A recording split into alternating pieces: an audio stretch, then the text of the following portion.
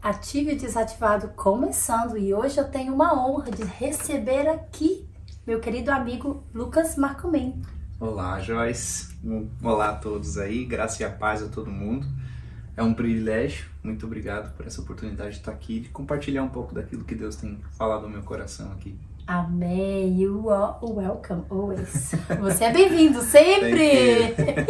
Gente, eu estava conversando algo tão especial com o Lucas e vai ser uma chave que nós vamos falar hoje para nós mulheres, até mesmo para os homens, algo super especial. Mas primeiro, antes de entrar nessa chave, fica aí, porque é super precioso.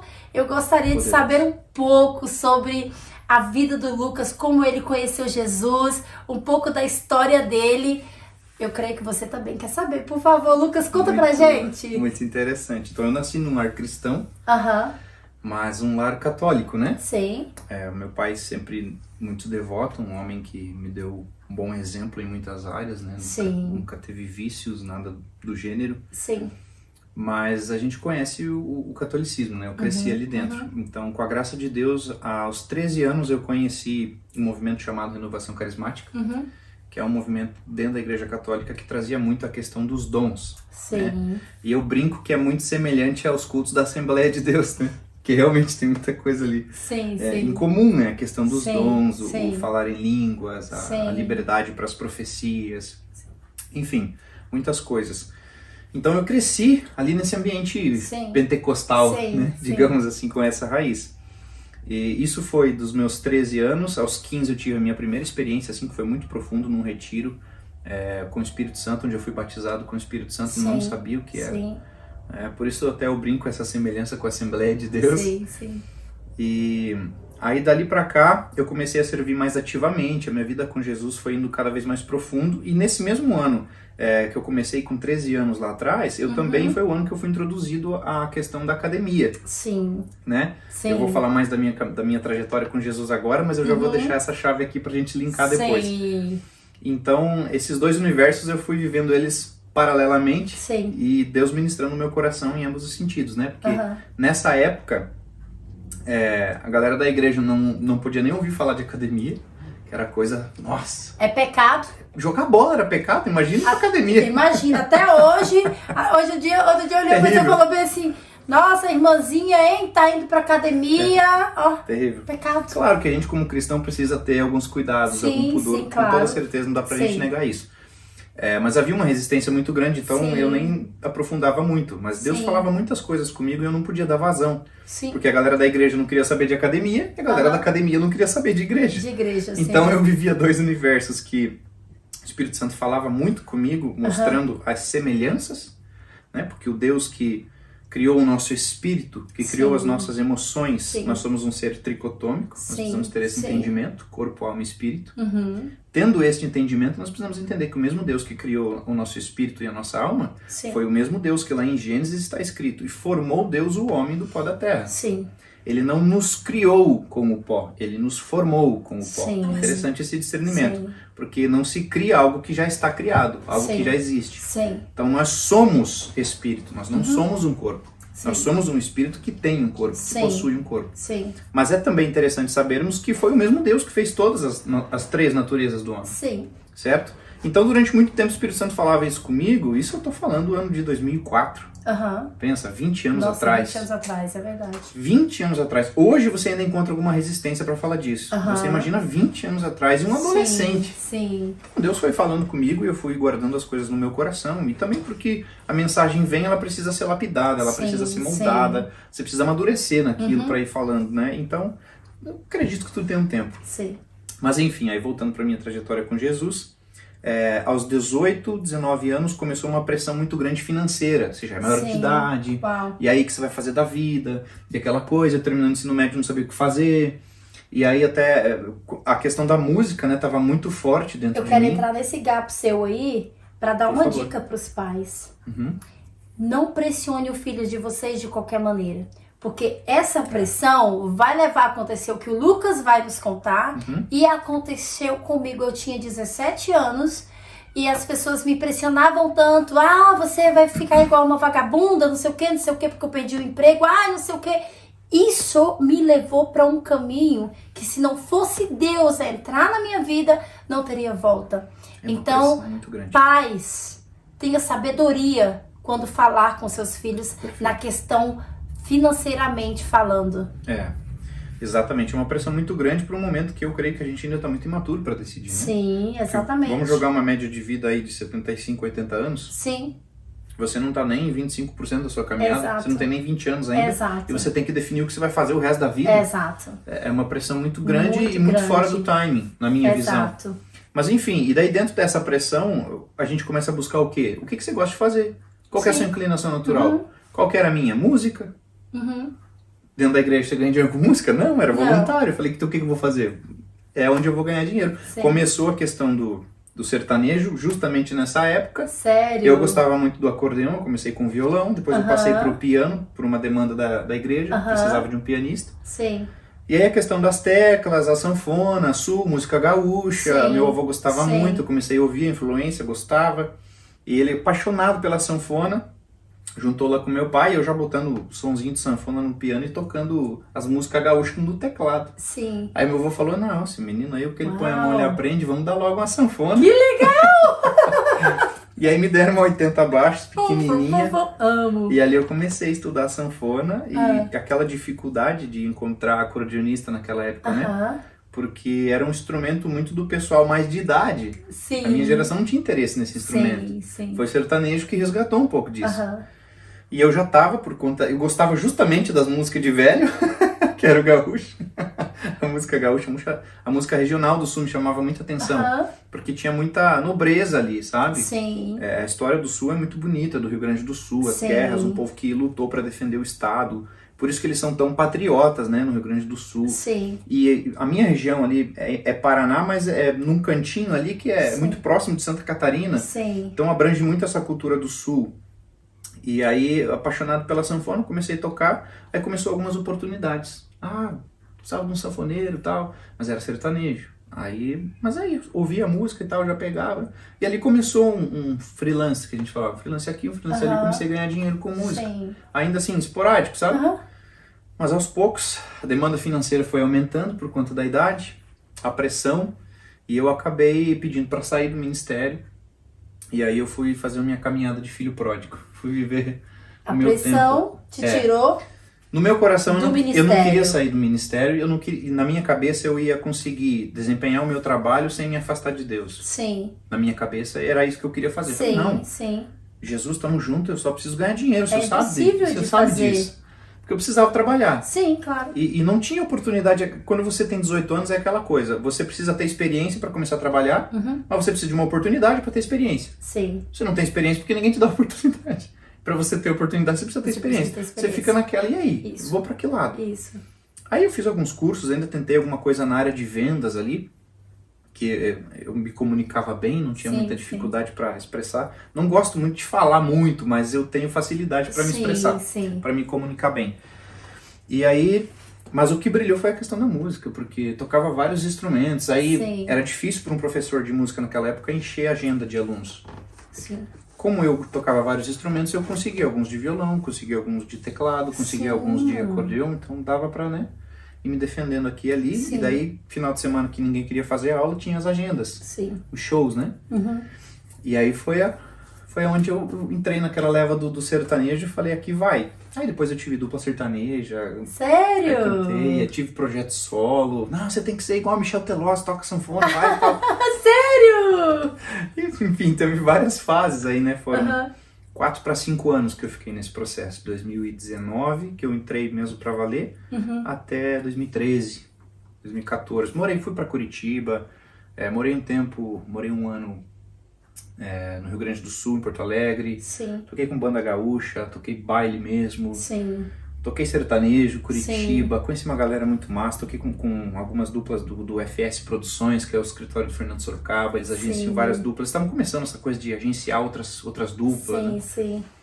Então assim, eu peguei uma onda bem legal, mas aí eu voltei para Pato Branco, sentia muita falta, ainda era muito jovem. Sim.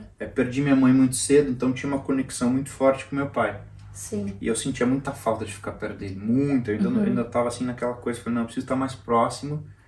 E tanto que eu ia e voltava direto Curitiba, Pato Branco, e é quase 500 quilômetros. É muito longe. Sim. Nessa voltar para Pato Branco, eu conheci uma moça lá, tive envolvimento, mas era todo bagunçado, né? Sim.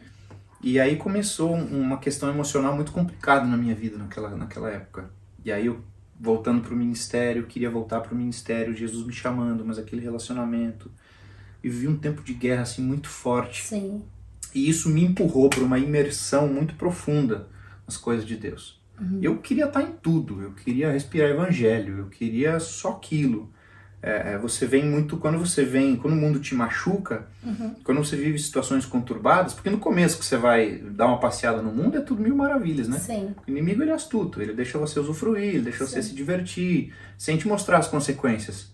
Exato. Depois que você está atado ali, que você criou algumas raízes, que você está preso em alguns vícios, aí ele joga as faturas na sua cara. E fala, e aí? E aí que você fala, meu Deus, e agora? Aí é onde você corre para Jesus. É sempre esse ciclo. Enquanto tá divertido, enquanto não chega a conta para você pagar, tá tudo bem. Aí a conta chegou, né? E aí eu falei, Jesus. E eu queria imergir em Jesus assim de um jeito que incrível. Eu já tinha aquela caminhada, já tinha tido experiências com o Espírito Santo. Eu vivi realmente a caminhada do filho pródigo. Eu sabia onde era a casa do pai. Mas eu estava distante. E aí eu comecei a regressar pro que eu conhecia, né? Para onde eu tinha tido a minha primeira experiência. O ministério me abriu as portas, viu que eu queria voltar, viu que eu estava imergido em tudo. Eu ia 3, 4 vezes por dia na igreja. Sim. Porque a igreja católica, nesse sentido, ela é mais ativa, né? Ela está ali 24 horas. Tem sempre a paróquia ali aberta.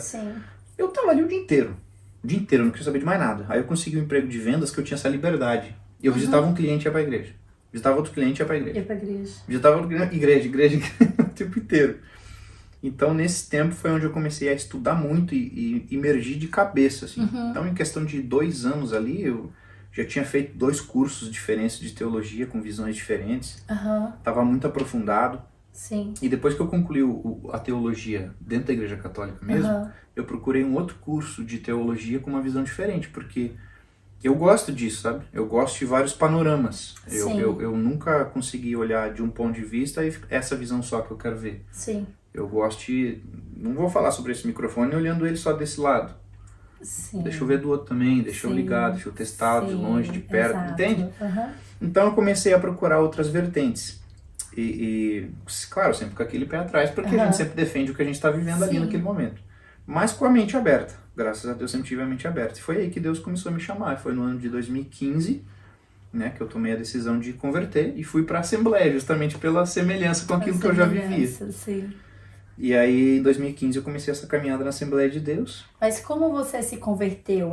Alguém chegou até você? Ou você viu, sentiu o desejo de ir? Como foi? Sim, eu conheci um pastor da Assembleia, lá da minha cidade. Mas assim, Deus já estava me incomodando. Sim. Porque, como eu digo, quando eu voltei com muita intensidade, e sempre com a mente aberta, né, procurando outras visões, foi o estudar mesmo, foi o estudo, né? E claro, para todo argumento sempre havia uma réplica, né? Sim, e para toda réplica uma tréplica e assim vai as discussões. Sim. Mas aí eu fui ficando muito sensível à voz do Espírito Santo, eu estava muito tempo procurando conselho, e eu comecei a ouvir conselho dos dois lados. E eu comecei a perceber o que fazia mais sentido, sabe? Sim. Com a palavra de Deus. E tanto que até hoje eu tenho na minha casa, a minha Bíblia é a Bíblia que eu usava, que tem alguns livros diferentes, né? Sim. Da Bíblia evangélica. A Bíblia católica ela tem alguns livros ali. Sim. Enfim, essa questão teológica, né? Sim. Mas com muito discernimento, eu sempre lendo, estudando, e era a Bíblia que já estava toda rabiscada, e eu segurei ela porque era minha Bíblia de estudo. Mas assim, foi o estudo mesmo que abriu a minha visão. Que abriu a sua visão. Sim. E aí esse pastor, ele sempre me chamava num canto, ele começou a tirar tempo comigo, mas partiu de mim, do estudo mesmo, não teve nenhuma pressão, faz isso, faz aquilo, sabe? É porque o Senhor já tinha planos com você, então ele já chamava você para esse particular, e quando você dá a Deus o que ele pede para você, não tem como, Exato. você se rende a ele completamente. É engraçado, Joyce, porque assim, veja, eu estava dentro da renovação carismática, eu não vislumbrava absolutamente nada em termos ministeriais, sabe?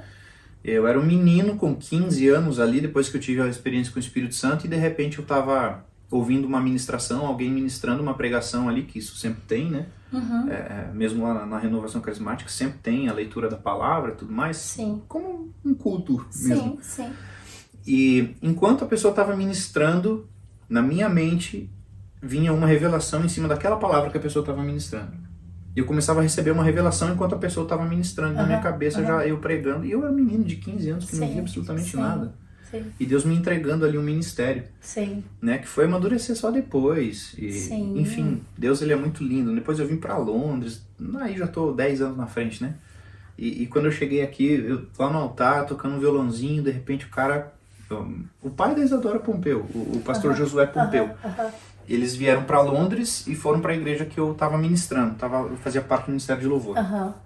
Terminou o culto e veio reto em mim. Ele falou, Deus está me inquietando a noite inteira para te falar um negócio. A música é só um braço do seu ministério. Amém. Deus vai te usar de uma maneira, Deus vai te entregar um ministério que você nem imagina. Oh, glória. E eu falei, olha só, essa questão eu ministrava para jovens. Teve uma célula que eu liderei no Brasil, que ministrava ali para os jovens e tal, mas assim, a questão da pregação ainda estava gatinhando. E aqui ninguém sabia que você tinha esse dom, né? Ninguém sabia, porque a pessoa, quando você chega numa igreja, e aí, o que você faz? Toco e tal. Qual que é digamos assim, o déficit da igreja? O louvor, né? Primeira coisa. O louvor, Louvor e as crianças, né? A salinha. São os dois. Aí você fala que você prega e você canta, o pastor pensa, bom, não, pregar, eu mesmo prego. Exato. Então se você canta, é sempre assim, vamos lá. Se você prega, ok, deixa que eu mesmo prego. Agora cantar, não é opção mesmo, vai lá cantar então. É sempre assim. Então se chega aqui, daqui a pouco você já tá ali ministrando, tá? O louvor sempre tem essa demanda, a gente entende essa demanda, né? Sim. Bastidor, background de igreja, 20 anos, então a gente sabe bem como funciona. Mas é interessante que eu tava lá atrás, mesmo quietinho, nesse dia eu não tava nem cantando, por uma questão de... Eu não lembro o que aconteceu com os microfones ali. Eu sei que teve uma demanda bem no dia que foi receber a Isadora Pompeu, e daí alugaram uns equipamentos diferentes, tava uma coisa doida lá acontecendo, e eu com meu violãozinho quietinho ali atrás, nem o back não tava fazendo, porque eu fazia o back normalmente. Tava só no violão, e o pastor Josué Pompeu me viu, e disse que o Espírito Santo estava incomodando ele. E eu achei interessante, porque foi bem num dia que não tinha nem um microfone perto de mim. Sério? Eu tava só tocando violão. Como é que o cara vem pra mim e fala assim, a música é só um braço do seu ministério? É Deus. Aí aquilo me pegou de uma forma, e de lá pra cá, aí Deus foi trabalhando muitas coisas nessa Inglaterra, esse tempo como imigrante, né? Sim. A questão da solitude, eu digo que a solitude ensina muito. Demais. Né? Principalmente sobre você mesmo. Porque você nunca consegue ensinar uma pessoa que não quer aprender. É verdade. Não tem como ensinar quem não quer aprender. É verdade. E a pessoa só quer aprender quando ela reconhece a necessidade. E para reconhecer a necessidade do aprendizado, ela precisa se autoconhecer. Então tudo começa no autoconhecimento. Você se conhece, você entende suas necessidades. Sim. Aí você busca o conhecimento. Sim. Quando você busca conhecimento, você busca na posição de aluno. Sim. Aluno não questiona. Aluno não é teimoso. O aluno pode fazer uma pergunta. Falar, não entendi isso aqui. Sim. Mas e se acontecer isso? Essas questões são questões de aluno. Sim. Agora, você tentar ensinar uma coisa para a pessoa e ela, não, isso aí, não sei o que, não, vou por aqui, vou por... Isso, sim. O aluno não tem essa postura. Não tem. Isso é a postura de quem não sabe o que precisa aprender. Exatamente. Então, acho que também por isso que eu me silenciei durante tanto tempo. Mesmo com esse assunto que agora a gente vai entrar. Sim. Que é muito precioso, muito poderoso. E eu creio que a gente está vivendo um tempo de maturidade nesse assunto, sim, né? Sim. Hoje a gente vê uma abertura maior para falar dessa questão, né? Que a gente vai abordar de alimentação, de exercício, né? Que tudo linka com a palavra. É verdade, mas só para fechar esse assunto, você chegou a pregar depois desse tempo? Quanto tempo você ficou sem pregar? Como foi? Eu fiz algumas ministrações. No Brasil, antes de vir para a Inglaterra ainda. Depois que eu cheguei, eu congreguei em um ministério que também abriu as portas. Mas assim, 99% ativo do Ministério de Louvor. Sim. Por causa da necessidade, a demanda. Sim. E o Ministério da Pregação, aquela coisa que eu digo, né? O pastor sempre chama para ele a responsa, né? Exato. Então eu pregava, mas naquela, né? Sempre mais... Sim. Uma situação mais ali, esqueci a palavra agora, mais distante, né? Uma coisa mais... Sim, casual. Isso. E aí, fui para um outro ministério onde Deus me direcionou. Mesma situação. Sim. Louvor 100%. Né? Ali comecei um outro estudo de aonde eu caí, eu queria teologia, saber divisão e tal, sempre aprendendo, buscando. Tanto por isso que eu não tinha tanta sede de me expor pregando, né? Porque foi muito bom essa questão de ficar um tempo ali só no louvor, porque o louvor você está ministrando, mas você não entra nas questões de doutrina. Sim. Né? Quando você vai falar, você precisa ter um panorama, um background muito grande para você não ofender essas questões, né? Sim. Por exemplo, hoje eu entendo a diversidade da igreja evangélica, várias denominações, o que não acontecia na católica, por exemplo. Né? Então, aonde você vai, você tem que ter um cuidado com doutrina, o que você vai falar. Porque por mais que você tenha uma mensagem cristocêntrica, às vezes você vai falar uma coisa que o pastor ele tem uma visão um pouquinho diferente. Se você sobe ali e conflita com a visão que ele está ensinando para a igreja, já é um descuido seu. É verdade, por isso que é sempre importante quando você for visitar uma igreja, você conhecer a visão da igreja, isso, né? Exatamente. Porque você acaba cometendo algum gafe e depois você não é convidado mais. Exato. Porque você não conhece a visão da igreja, não conhece o que o pastor ensina e acaba acontecendo isso. Porque todo ministrante, a primeira coisa que ele precisa saber é identificar o público, é identificar quem está ouvindo ele, né? Exato. Se você não consegue identificar quem é o seu público, você não está apto para ministrar ali. Sim. Então, essa questão de conhecer a igreja, o gospel, né, me fez muito bem, porque uma coisa é você saber falar sobre exercício físico e saber conciliar isso com a Bíblia. Outra coisa é você saber entregar isso de uma maneira que não vai conflitar com o ensino de ninguém, né? Embora algumas verdades a gente tem que falar, doa quem doer. Doa quem doer, não podemos esconder a verdade. Não dá pra esconder. Não dá, hoje em dia tá esse negócio de a palavra só é bênção. Não, você vem, aceita Jesus e vai ser tudo maravilhoso. Claro, é maravilhoso sim, porque você recebeu a salvação e ela é eterna, você não perde ela, mas você vai continuar passando por situações nessa terra, continuar passando por problemas, e se você caminhar com Cristo, você vai entender que o fardo ele é leve. Agora, quando você está sem Cristo, aí fica complicado, você entra em depressão, você caça problema com todo mundo, toda hora ninguém mais quer estar ao seu lado, porque você é uma pessoa insuportável. E essa é a caminhada do cristão, essas duas diferenças. Com Cristo, você passa com fardo leve, e sem Cristo você acaba sendo um peso, um problema para a sociedade e para quem está ao seu redor, né? Exatamente. Essa passagem do fardo leve ela é muito interessante, né? Porque nesse mesmo versículo que Jesus fala que o fardo dele é leve, ele fala, né? Tome sobre vós o meu jugo. Exato. O que é jugo? Jugo é ser talit o dedinho, né? Exato. É juntinho, a gente é brasileirando, né? As palavras. O jugo também é conhecido como aquele objeto que linka os bois, né? Quando eles estão puxando o arado. Então, veja, qual que é a condição para você ter um fardo leve, um jugo leve? É você ter o jugo de Jesus. É você estar aliançado e comprometido com ele. E essa questão eu adentro também nesse ponto, né? Porque, por exemplo, posso entrar já numa polêmica? Pode, por favor, pode então, entrar. Vamos começar a esquentar. Vamos lá.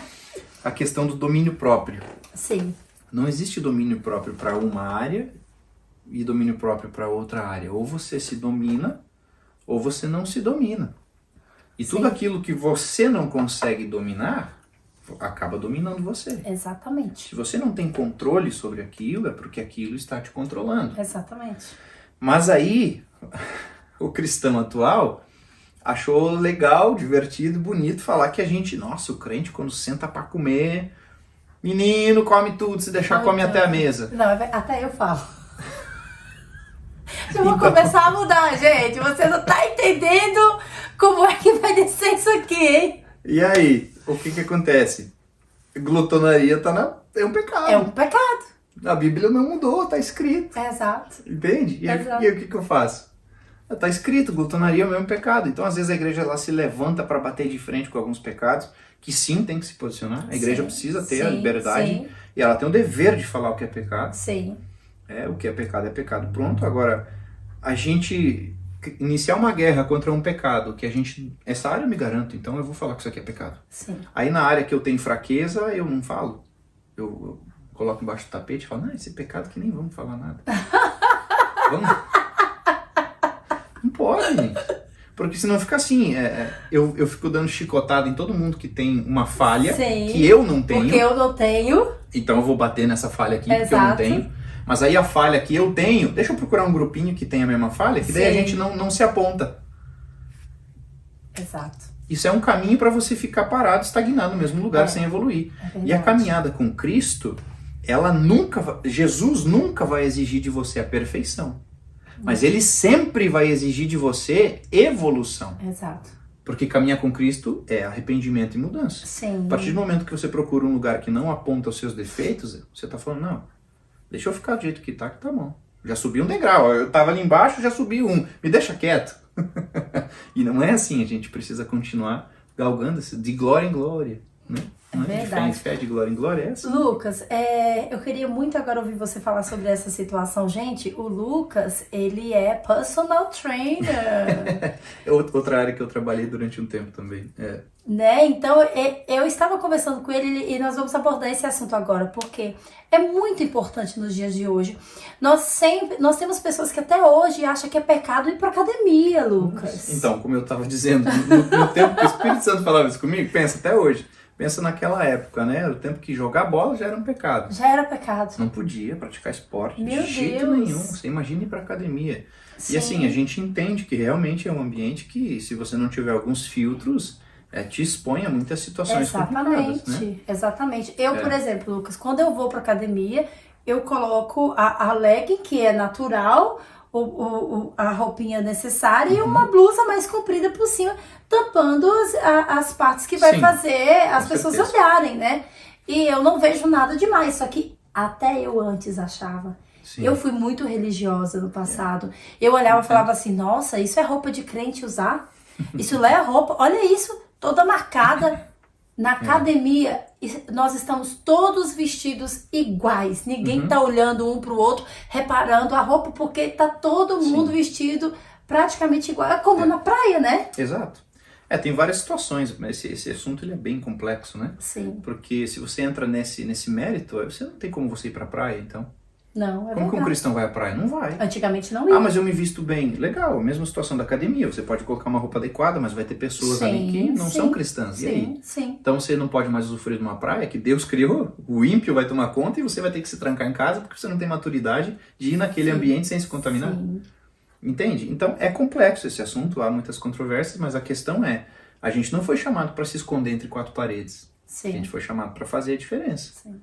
Né? Então eu entendo essa necessidade, porque senão a gente fala muito de lascívia, das questões que a gente pode encontrar ali na academia, mas aí a gente não quer falar da glutonaria, a gente não quer falar da preguiça, entende? Que tá tudo na mesma lista, só para constar, né?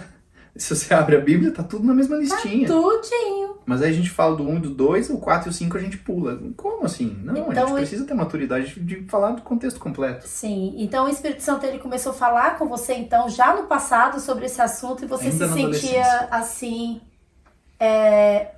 sem saber o que fazer, porque não tinha vazão. Não tinha vazão. Não tinha como dar vazão. Sim. Porque se eu falasse na igreja de exercício físico, eu tentar expulsar o demônio de mim. Sim.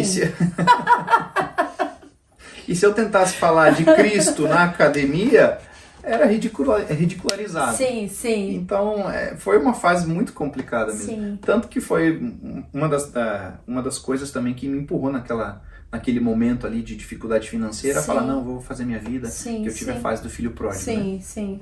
E ali foi onde eu fluí um pouco mais, questão de música, questão de exercício físico, porque realmente estava travado.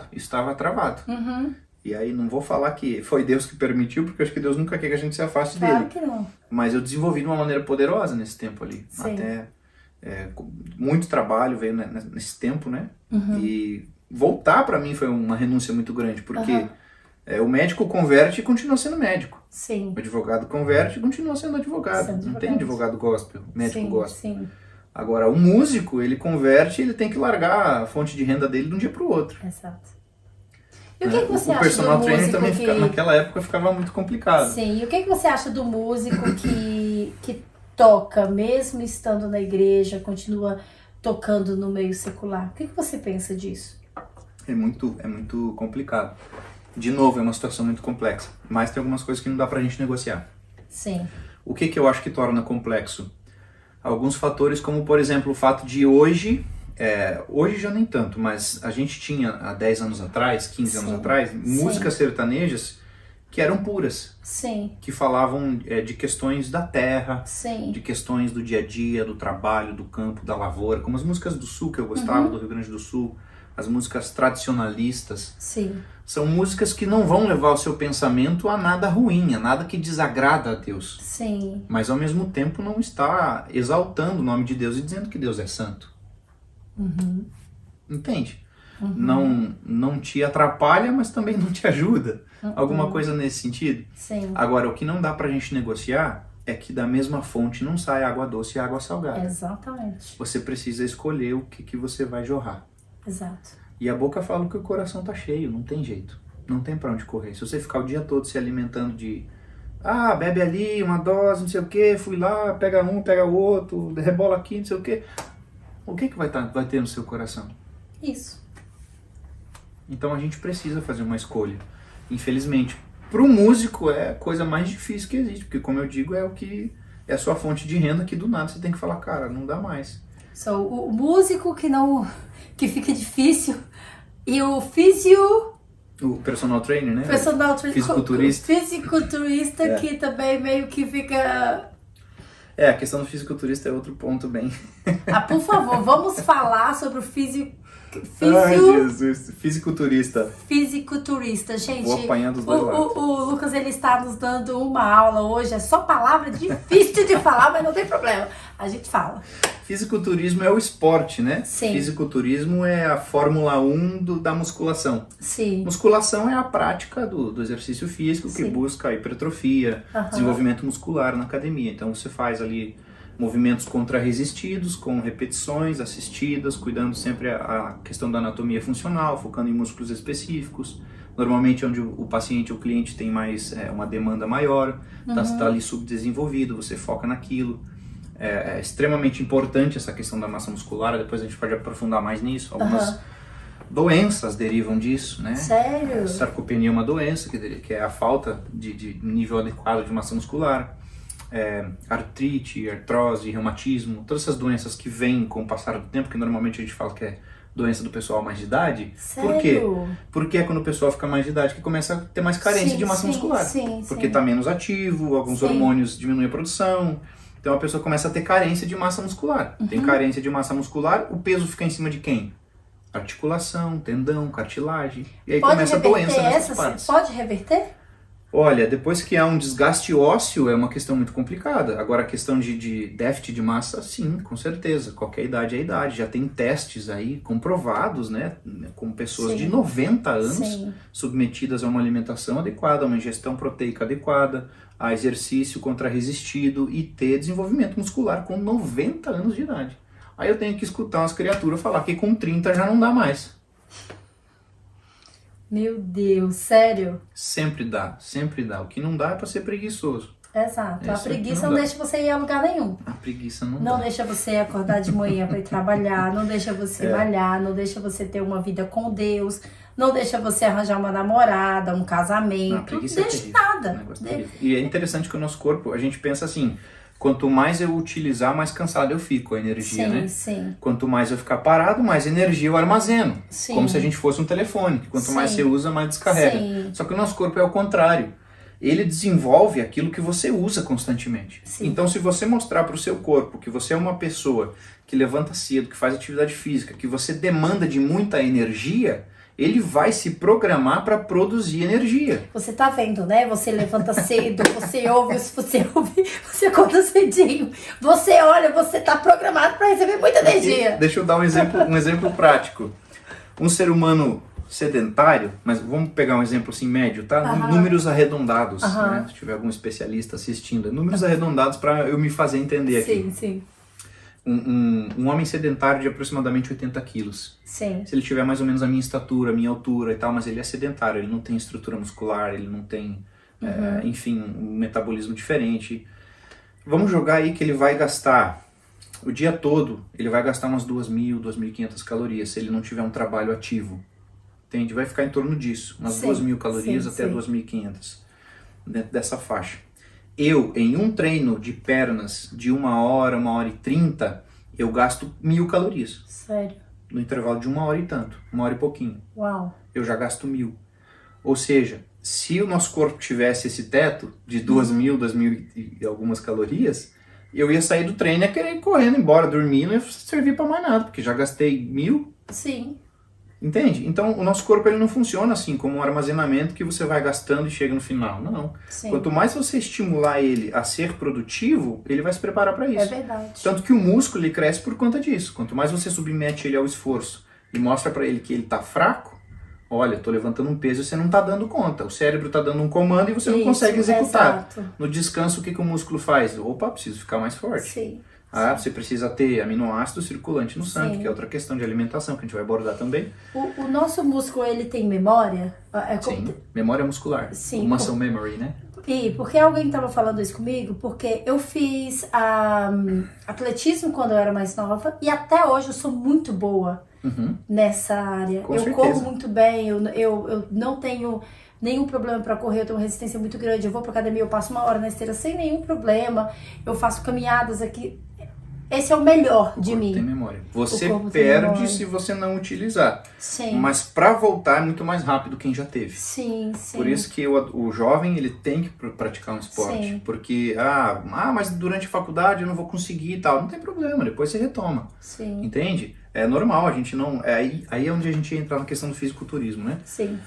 O fisiculturismo é o ápice do ápice, né? O extremo do extremo. Então, assim...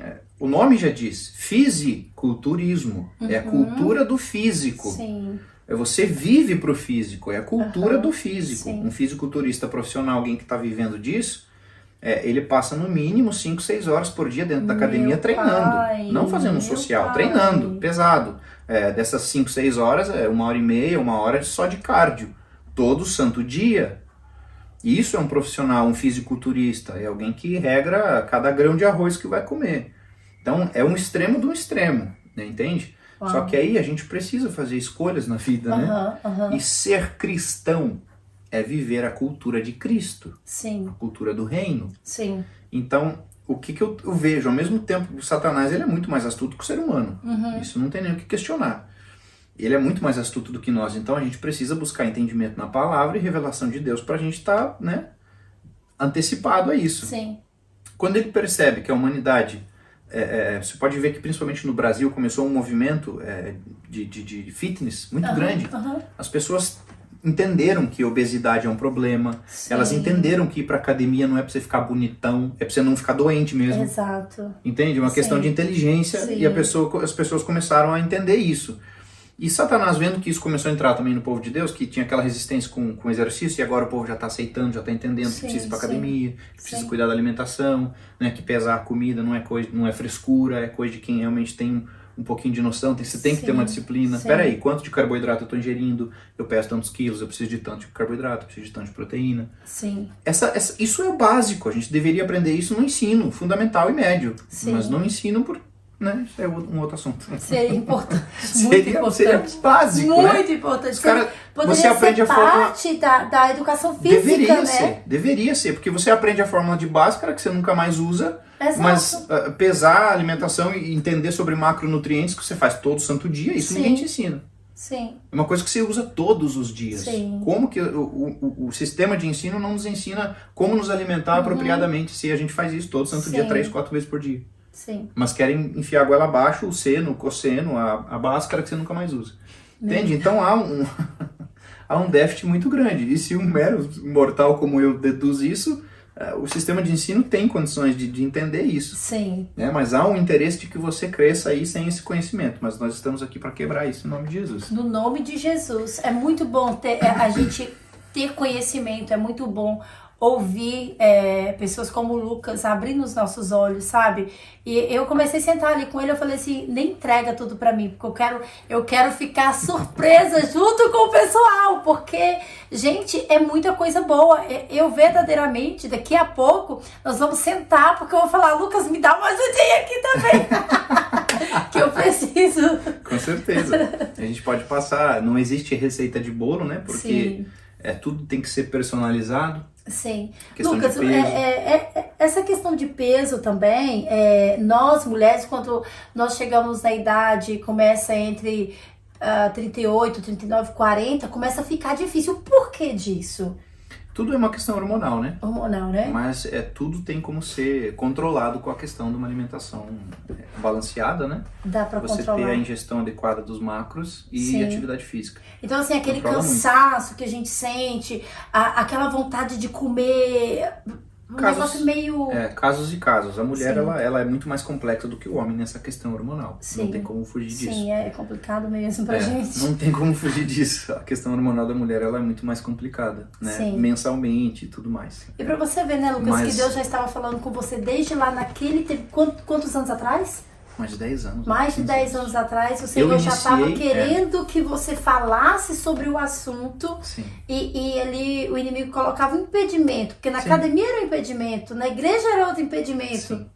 Exato. É aquela coisa, hoje o cristianismo ele é muito bem aceito, né? Sim. Eu lembro nesse tempo, né, 15 anos atrás, 20 anos atrás, sim.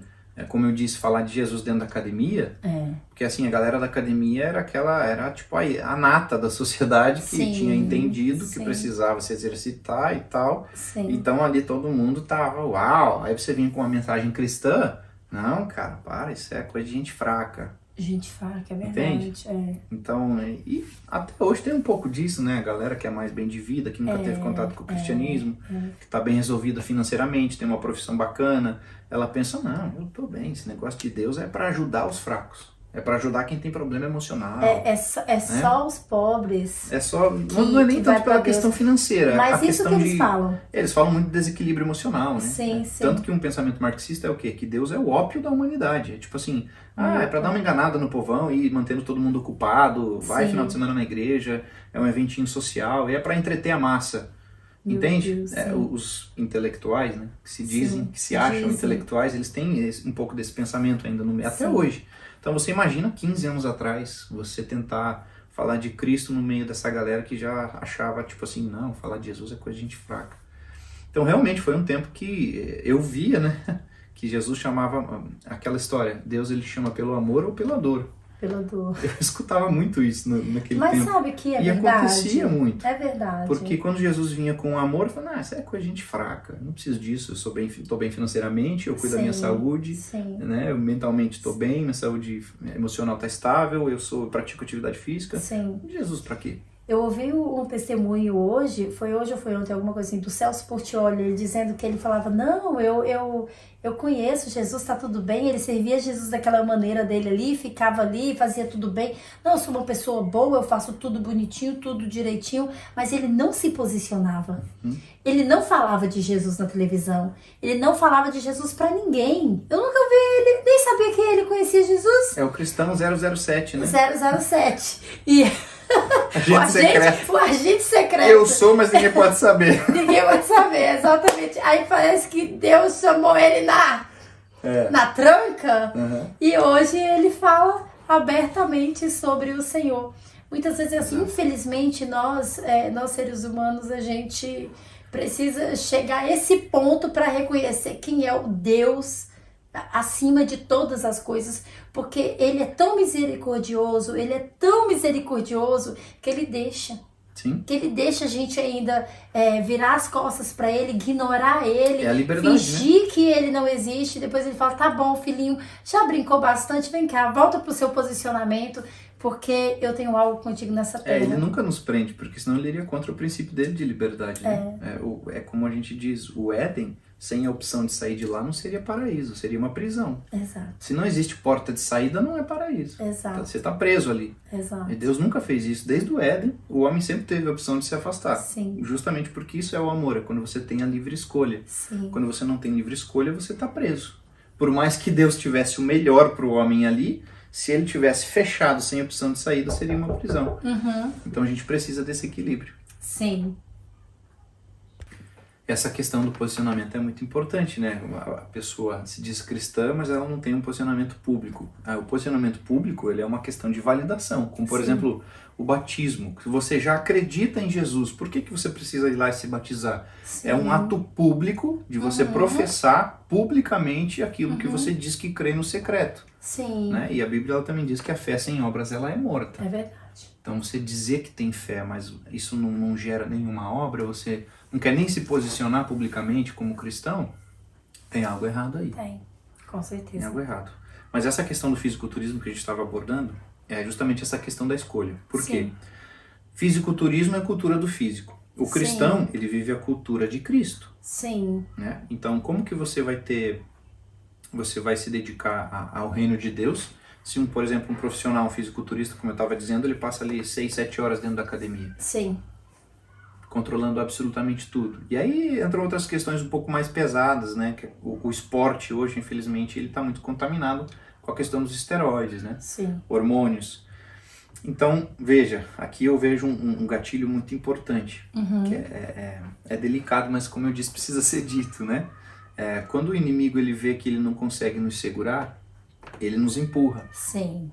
Então, primeiro era esporte é pecado, né? Esporte é pecado, não vamos praticar esporte. Aí tava ali o povo cristão, todo mundo sedentário, tendo infarto por questão de preguiça. Ninguém quer falar que a preguiça é pecado. Sim. Ninguém quer falar que a glutonaria é pecado. Glutonaria, um cristão hoje que come muito é bonito, é motivo de meme na rede social e tá tudo certo. Porque é um pecado moralmente aceito, eu não falo. Sim. Só que não é isso que a palavra me ensina. Sim. A palavra me ensina que nada pode me dominar. Não vos deixeis dominar por coisa alguma. Sim. Aí eu sou viciado em açúcar, eu não consigo ficar sem o açúcar, mas eu não vou falar disso no culto, porque às vezes o pastor tá ali com um pouquinho de sobrepeso, não pega bem falar isso no culto. Você entende? Então a gente começa assim a escolher os pecados que a gente vai tratar e os pecados que a gente vai moralmente aceitar e fica por isso mesmo. Sim. E aí quando Satanás vê que a igreja está começando a despertar, porque ainda está começando esse despertar, Satanás já se antecipa e fala, então já que você vai praticar exercício físico, vai! E aí, de repente, tá cheio de fisiculturista dentro da igreja. Só que fisiculturismo é cultura do físico, e ser cristão é cultura de Cristo. Exato. Posso falar? Pode. Posso? Pode. Não dá para eu, sábado, domingo, levantar a mão e falar, Senhor, Tu és o Deus da minha vida, e na segunda-feira eu estar postando foto de cueca. Não dá. Você entende? Eu entendo. Eu preciso fazer uma escolha. Pro meu trabalho como personal, me ajudaria muito, porque infelizmente as pessoas te olham pelo seu resultado. Sim. Se eu postasse as minhas fotos mostrando meu resultado, ficaria muito mais fácil de angariar clientes. Mas eu não posso ficar postando fotos sem camisa, treinando sem camisa, passar um olhinho ainda e postar foto brilhando. Você não precisa disso se você tem um resultado. Pronto. Se você tem um resultado na vida de cada um dos clientes, para que você precisa postar foto peladinho? Infelizmente o mundo te olha assim. Então ajudaria, mas obviamente a gente não recorre a isso. Mas é um despertar que a gente precisa ter. Você entende? Não deixa. Porque Satanás ele não brinca, ele não perde tempo. Você vê, tem tanta gente que ainda precisa entender, está começando esse movimento para falar sobre alimentação, falar sobre os vícios que nos dominam, que a gente condena um cigarro, a gente condena uma droga ilícita, mas a gente não condena o açúcar, sendo que já é cientificamente provado que o açúcar é uma droga mais viciante do que crack. Meu Deus, é verdade. Ele tem um poder viciante maior do que o do crack. É verdade. Aí é interessantíssimo que entra uma pessoa na igreja lutando contra um câncer no pulmão, por exemplo, mas que fumou dos seus 20 até os 60 anos, você fala, não, você está fumando há 40 anos, você queria o quê? Câncer no pulmão, você está fumando há 40 anos. Exato. Mas aí entra na igreja uma pessoa que está com a artéria entupindo, que está tendo um derrame, porque está a vida inteira comendo óleo vegetal, comendo fritura, batata frita, sorvete todo dia. Aí é o Satanás. Você entende? Entendo. Um pouco por falta do conhecimento, um pouco por hipocrisia. Sim. Porque se eu não posso deixar que nada me domine e eu não consigo ficar... Você quer saber o que te domina? Tenta ficar 40 dias sem. Tudo aquilo que você não dá conta de eliminar da sua vida por 40 dias está te dominando. 40 dias é um tempo para você saber se aquilo tem poder sobre você ou não. Faz o teste aí. Ah não, eu como, mas não é um vício. Isso aí você está exagerando, Lucas. Então faz o teste aí na sua casa. Fala assim, vou ficar 40 dias sem açúcar. Faz o teste. Você tem crises de abstinência. Eu sei. A pessoa que nunca fez, ela tenta ficar sem açúcar, ela tem crise de abstinência. Eu sei porque já aconteceu comigo. Tá vendo? O que eu tô falando tem base científica, eu não tô falando a minha opinião. Isso já está sendo estudado, Só que a gente não fala dentro da igreja porque começou isso. Essa cultura do comer demais é bonito. Comer. Crente sentou, só rola comida. Só comer. Gente, eu falo isso, tá? Eu vou mudar a minha fala a partir de hoje. Amém. Não é mais assim. Porque eu até falei com as minhas amigas, porque eu moro aqui em uma vizinhança brasileira na Inglaterra. Glória a Deus. Onde a gente se reúne sempre pra comer, traz um prato de cá, outro prato de lá. Falei, gente, precisamos trazer frutas. Uma faz um ovinho, outra faz um trenzinho mais saudável. Porque não dá. Isso. Eu vi que um dia a gente veio e tinha refrigerante, no outro dia já tinha suco. Não, porque no outro dia já tava, Deus tem de misericórdia. Não, porque esse final de semana eu falei, gente, não dá. Não dá. É assim, você fica bem por um mês ou por 2 semanas e depois você... Não, só hoje. Aí, não, só hoje. Depois, se você passar no 3º dia dizendo só hoje, você não para mais. Isso é certo, assim, que acontece comigo. Você não precisa, claro, tudo que é em excesso, como eu disse, o fisiculturismo é o excesso desse controle. Sim. É uma rigorosidade muito maior porque é a cultura do físico, né?